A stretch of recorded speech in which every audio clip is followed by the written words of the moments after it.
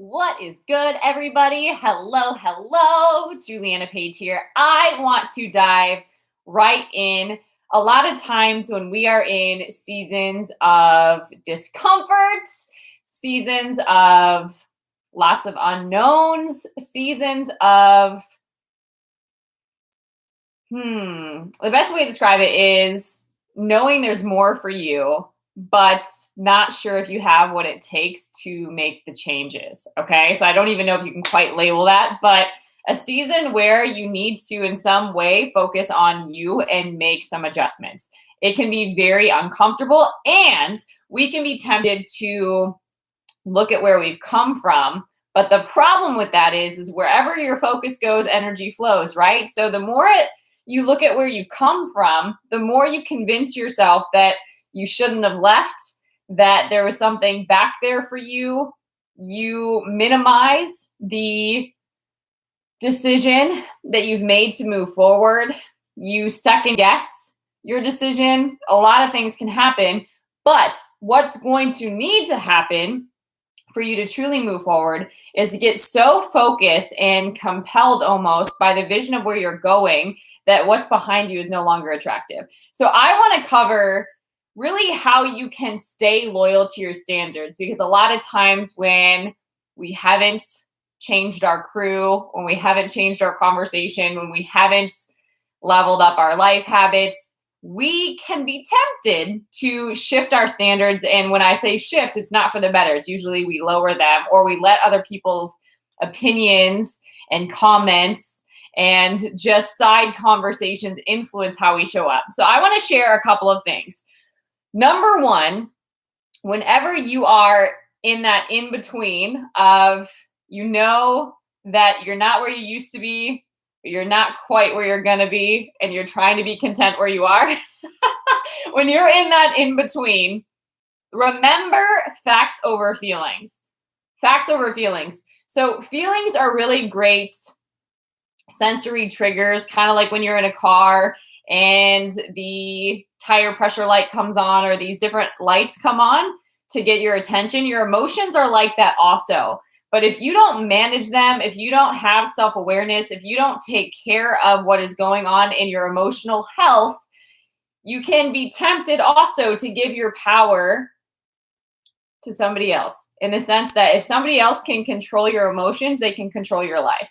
So here's the thing. You need to be the one that controls your emotions, okay? And you manage your soul. You don't put that on anybody else, and you don't let them take control like that, because anybody that's trying to control your emotions is ultimately trying to manipulate you, and that's not healthy, and that's not good for you, and that's not love, okay? So facts over feelings. When you are in a place where you're tempted to look back, where you're tempted to second guess, where you're tempted to get caught up in the feel and try to remember an experience, or sometimes those come up as you're moving forward. As that happens, remember the facts. Remember what was true, not just what you felt. Was this healthy for you? Were the times more often bad than good? Was there growth? Was there progression? Or were you caught up in potential? Were you caught up in the idea of what it could be, and you denied the reality of what was? Remember facts over feelings. So I'll give you an example. When you're leaving, this happened a long time ago, but I still think it's a really great strategy. When you are leaving a relationship that's toxic for you, so this for me happened to be in a relationship with somebody that had narcissistic personality disorder. So as much as my heart still very much was connected to that, and I hadn't broken a soul tie yet, or I hadn't gotten full deliverance from that relationship and what happened there, I was tempted to pick up phone calls that would come up from this person that had no good intentions for me, or to respond to text messages, right? So I literally changed this person's name in my phone so that I would have a reason to remember to remember the facts versus what I was feeling. The feeling might still be pick up the phone. Oh, maybe they've come to their senses. Maybe they have changed. Maybe you were wrong. Maybe you read into it the wrong way, right?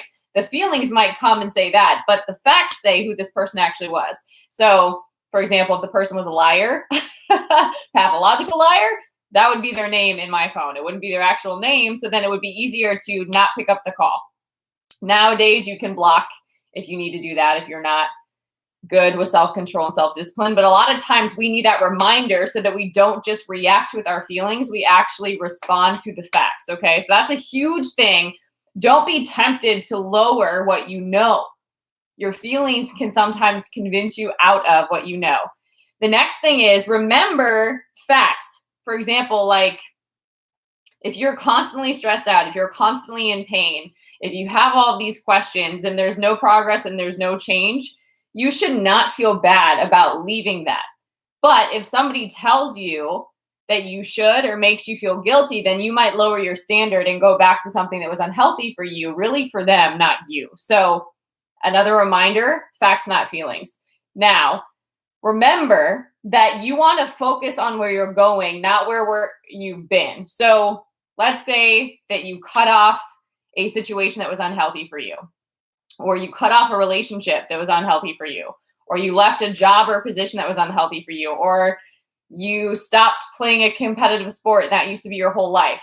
There's a process of moving on, and memories will still come up, experiences will still come up. And the idea where we get it twisted is we think that we have to get over it or forget about it or just get through it. And all of those aren't, in my estimation, healthy, because I don't believe that we ever do. And even you can hear a song and it could still trigger something and still bring it up. You haven't actually gotten over it. So the thing is you're freeing yourself, but you're not necessarily getting over something or forgetting something. You're freeing yourself from the attachment that it had on you. So you can still think about it, but it doesn't pull you back. Or you can still remember that and then remember the truth, but you're not consumed by it in an unhealthy way. So think about that. You're not trying to get over it. You're focusing on freeing yourself and stepping into the fullness of what's next and who you are in what's next and doing the work that you need to have a healthy, whole soul. Okay. Now, the thing to also remember is when you forget your history to some degree, nothing back there is worth you losing you. If you had to become somebody that you didn't recognize at a job that was sucking the life out of you, if you were in a relationship with a lot of manipulation and control and it diminished your self-esteem and your self-worth, these are things that literally were set up to kill, steal, and destroy your life. So to some degree, you have to remember that. I know that if you are somebody that looks for the good in situations, or if you're somebody that gives the benefit of the doubt, or even if you're somebody that has codependent tendencies, that, you know, has been in a trauma bonding cycle, has experienced toxic empathy, or is still overcoming being a toxic empath, these things are very serious to pay attention to because it's instinctive a lot of the times if you're not aware. So the key here is to be aware and remember that you can't lose you. So you have to get back to you and spend time, even a season, focusing on you and what's healthy for you so that you're not tempted to continue lowering your standards. So you really want to stay loyal to your standards, but these things might take you out of that. The next thing is a lot of things that we've convinced ourselves, usually when something in our history is not good, we've somehow convinced ourselves to stay there, or why it was valuable for our life, or we settled to some degree. So we told ourselves stories of why that was okay. Oh, this must just be to develop my character, or I just need to stick it out and be patient. Like we convince ourselves of things. So there's things that we think that we need that we don't actually need. And as you step into freedom, as you start to really remember who you are and what your standards are, and you take back that power and you reclaim your standards and you continue to moving forward, honoring yourself and not devaluing yourself, then you recognize that the things that you thought you needed were actually things that you never needed at all. So pay attention to that and remind yourself of the truth, okay? Now, the next thing, I want to make sure I made some notes here to make sure I wouldn't forget anything. Dun, dun, dun. I think, okay. So the other thing to focus on, when I say when a season of focusing on you, I'm not saying it in a egotistical way, to be clear, but I'm saying it more so in a self-care way. Like, what are the habits that you need to change in your life to take care of you? Do you need to have more time where you're doing some self-respect, self-awareness, some reflective work, some visioning work, where you actually sit down and you think about what you're thinking about and you get clear and you set intention, set strategies and plans and move forward and actually take action in them? Because a lot of times, for example, people might think, oh, I'm going to take a nap. That's really great self-care. Cool. Like, there's times where you legitimately need a nap. But when you wake up from your nap, that might have brought some relief for like 30 minutes to an hour. But everything that was still an unaddressed issue before your nap is still in your life. And unless you actually give that intentional thought, unless you pray, unless you process that in some kind of way, it's still going to come up and it's still going to build up. The more you push it down, the more you ignore it, it's still there, unaddressed, needing your attention. So self-care is having possibly time every day where you spend reflecting and getting clear on what's going on in your soul.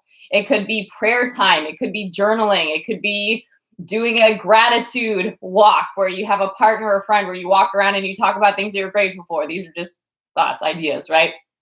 But self-care is what you do consistently to take care of you that you're probably putting off. So maybe it's having a plan when you go to the grocery store so that you're not constantly stopping at fast food joints. Maybe it's having a workout plan or hiring a coach and somebody that can keep you accountable to things that are important to you because you haven't been good at that. You can show up for everybody else but you.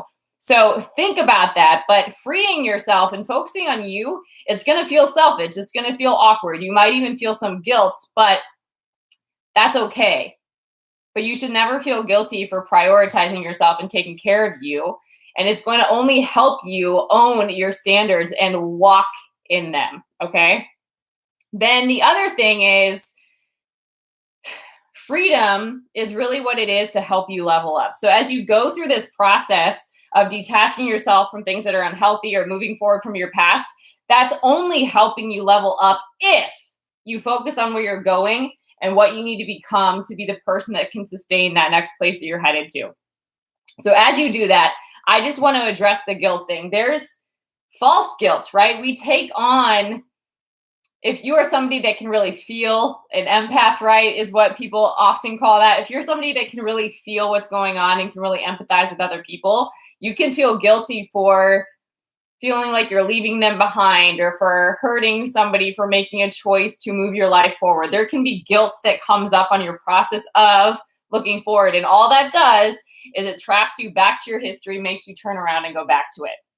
Again, these are things, your standards, you'll stay loyal to them as you focus forward. So these things where you're focusing on facts over feelings, where you're doing things to change your state or remind yourself where you're headed, where you're focusing on you for a change and putting boundaries around your self-care.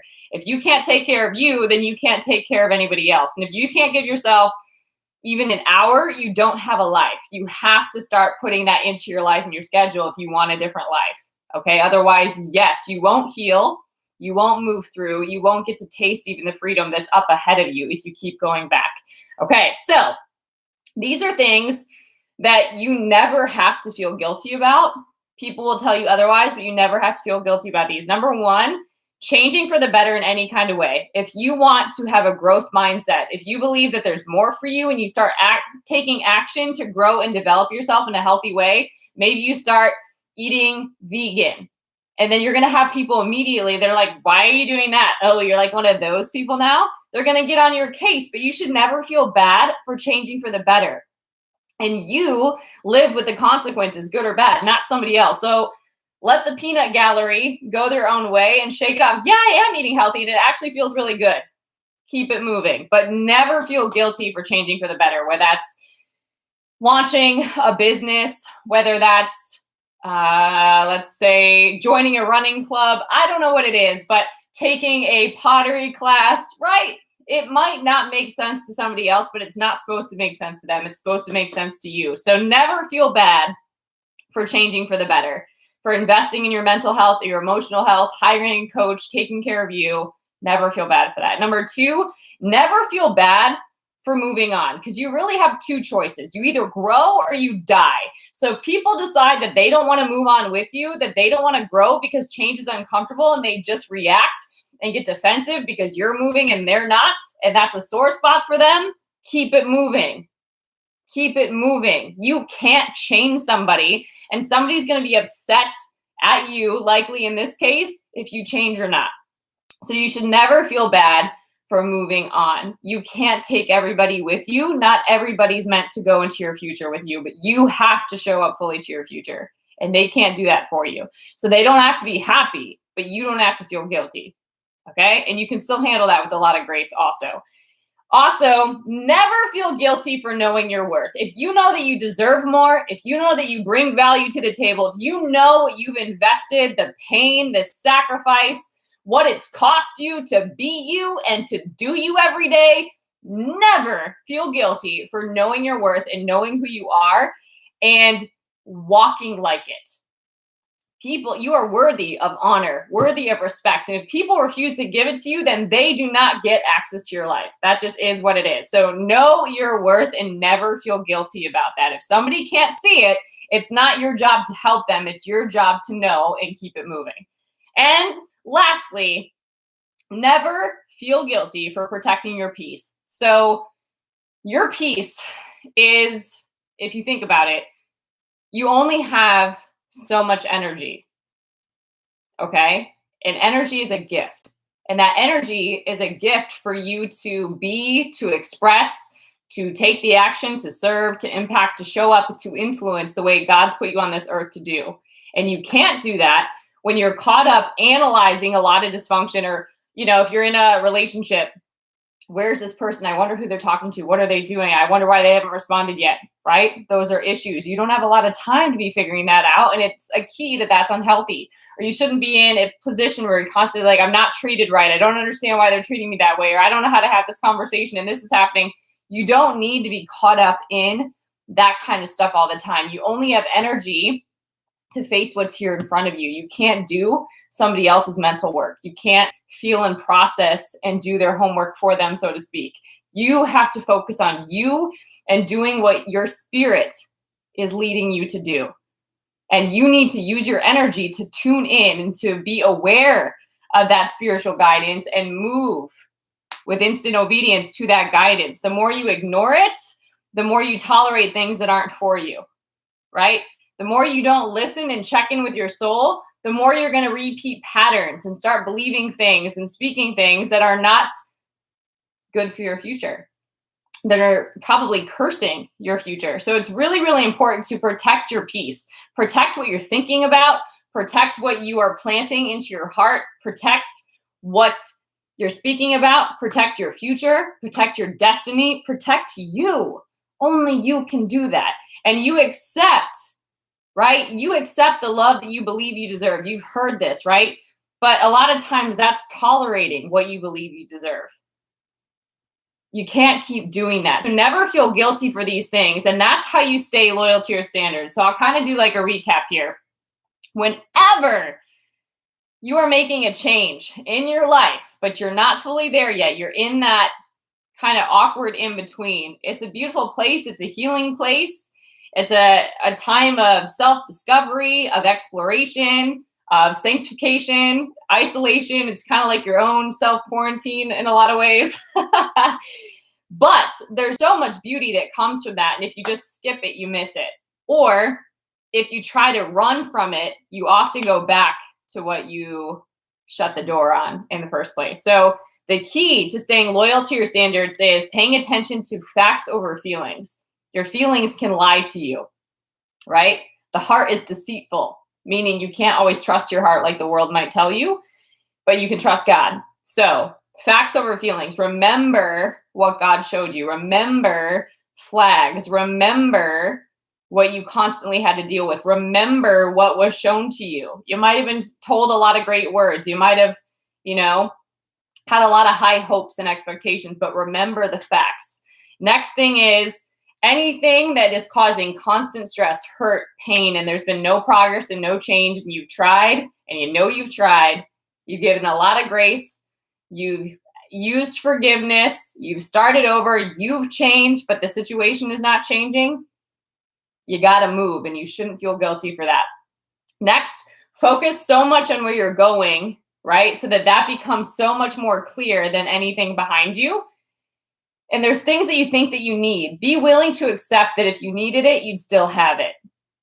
But you must not need it. Be willing to accept that without having closure, without fully understanding. Sometimes you have to give yourself the closure. Sometimes you have to just accept that your freedom is more important than something that's hurting you.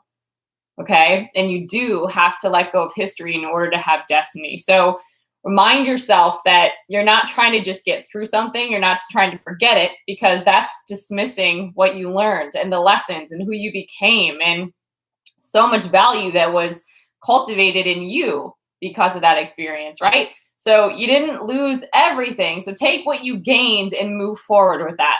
Next is do things to take care of yourself and to protect you. And start doing these consistently so you can start to really become more self-aware. And then remember the things that will help you level up. And these are the things to remember. They're things that you should never feel guilty for. As you level up, you never feel guilty for changing for the better. You never feel guilty for moving on. You never feel guilty for knowing your worth, and you never feel guilty for protecting your peace. But those are all going to be things. These are areas, I'm just holding them up because they're all areas that make it difficult for you to stay loyal to your standards. So if you take a look at these, if you become more self-aware, if you start taking care of yourself and practice real self-care, not just naps, pedicures, and some things that are fun in your life, but real self-care and like a mental practice that's supportive and intentional for you, you can get more clear on the future, so that becomes more real for you, and then you won't be tempted to keep going back to the past. So never feel guilty.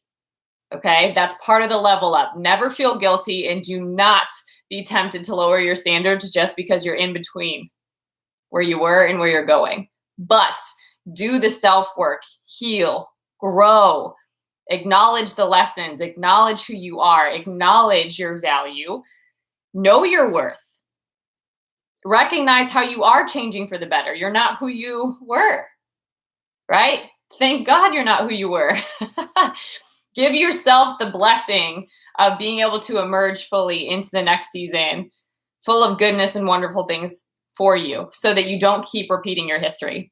So if something resonated here with you, I'd love to hear about it in the comments.